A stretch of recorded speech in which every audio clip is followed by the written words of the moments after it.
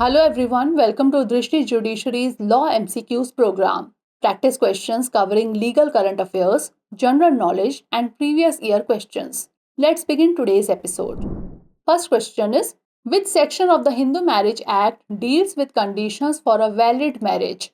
Section 5, Section 7, Section 9 और Section 13. Hindu विवाह अधिनियम की कौन सी धारा वैध विवाह की शर्तों से संबंधित है? धारा 5, धारा 7, धारा 9 या फिर धारा 13? The correct answer is option A, section 5. इसका सही जवाब है ऑप्शन ए, धारा 5. Section 5 of the Hindu Marriage Act outlines the conditions necessary for marriage between two Hindus. Under Section 5, if there are violations of certain conditions, the marriage would be deemed null and void, while others do not invalidate it entirely. Hindu विवाह अधिनियम की धारा 5 के तहत दो हिंदुओं के बीच विवाह के लिए आवश्यक शर्तों को रेखांकित करती है. धारा 5 के तहत यदि कुछ शर्तों का उल्लंघन होता है तो विवाह को अमान्य माना जाएगा, जबकि अन्य इसे पूरी तरह से अमान्य नहीं करते हैं. Next question, which of the following is required for a marriage to be considered valid under the Hindu marriage act? Marriage certificate, consent of parents, solemnization of marriage और joint bank account.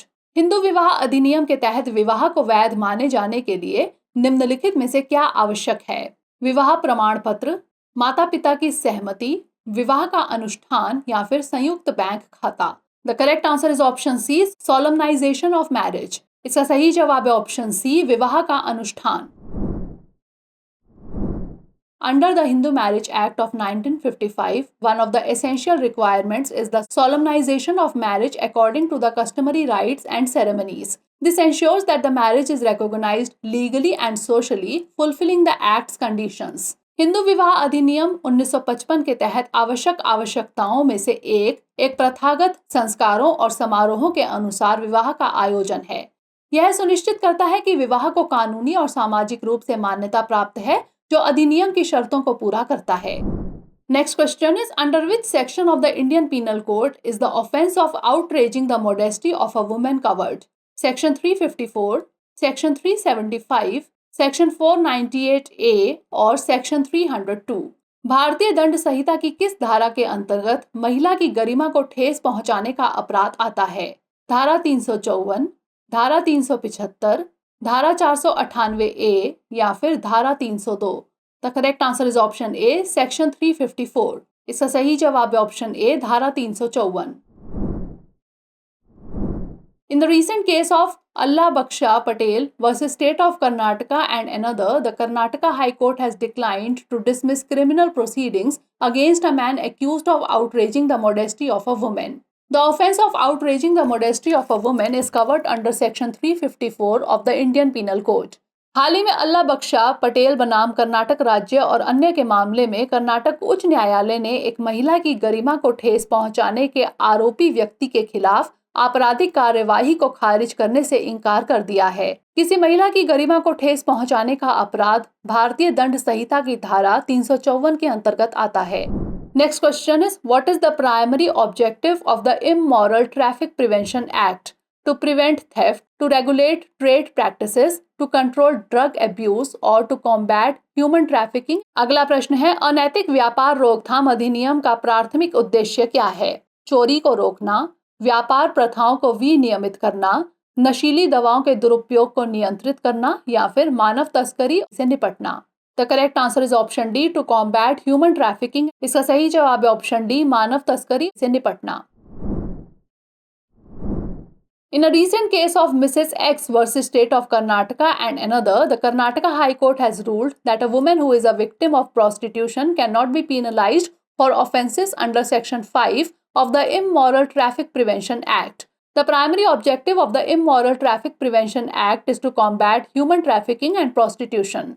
Shrimati x बनाम कर्नाटक राज्य और अन्य के हालिया मामले में कर्नाटक उच्च न्यायालय ने फैसला दिया है कि वेश्यावृत्ति की शिकार महिला को अनैतिक व्यापार रोकथाम अधिनियम की धारा 5 के तहत अपराधों के लिए दंडित नहीं किया जा सकता है. अनैतिक व्यापार निवारण अधिनियम का प्राथमिक उद्देश्य मानव तस्करी और वेश्यावृत्ति से निपटना है. Last question is, a Muslim female can perform a valid marriage with a non Muslim under dash. Special marriage act, Hindu marriage act, Muslim law और क्रिश्चियन मैरिज एक्ट। एक मुस्लिम महिला डैश के तहत एक गैर मुस्लिम के साथ वैध विवाह कर सकती है। विशेष विवाह अधिनियम, हिंदू विवाह अधिनियम, मुस्लिम कानून या फिर ईसाई विवाह अधिनियम।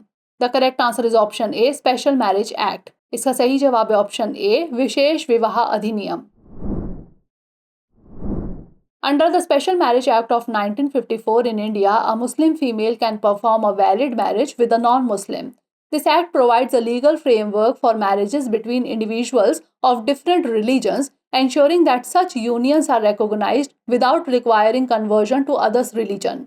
भारत में विशेष विवाह अधिनियम 1954 के तहत एक मुस्लिम महिला किसी गैर मुस्लिम व्यक्ति के साथ वैध विवाह कर सकती है। यह अधिनियम विभिन्न धर्मों के व्यक्तियों के बीच विवाह के लिए एक कानूनी ढांचा प्रदान करता है।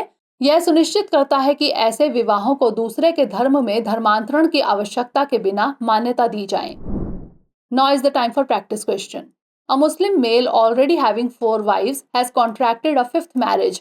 This 5th marriage is dash, valid, voidable, void और irregular. एक मुस्लिम पुरुष जिसकी पहले से ही 4 पत्नियां हैं, उसने 5वीं शादी कर ली है। यह 5वीं शादी है डैश, वैध, शून्य करणीय, शून्य या फिर कानून या प्रथा के अनुरूप ना होना। Send the answer of this question in the comment section. Stay tuned for more such updates. Thanks for watching. इसका उत्तर हमें कमेंट सेक्शन में जरूर भेजिएगा। मिलेंगे अगले एपिसोड में। धन्यवाद। डियर व्यूअर्स, अपने एग्जाम की तैयारी को और बेहतर करने के लिए हमारे चैनल को लाइक, शेयर और सब्सक्राइब करना न भूलें।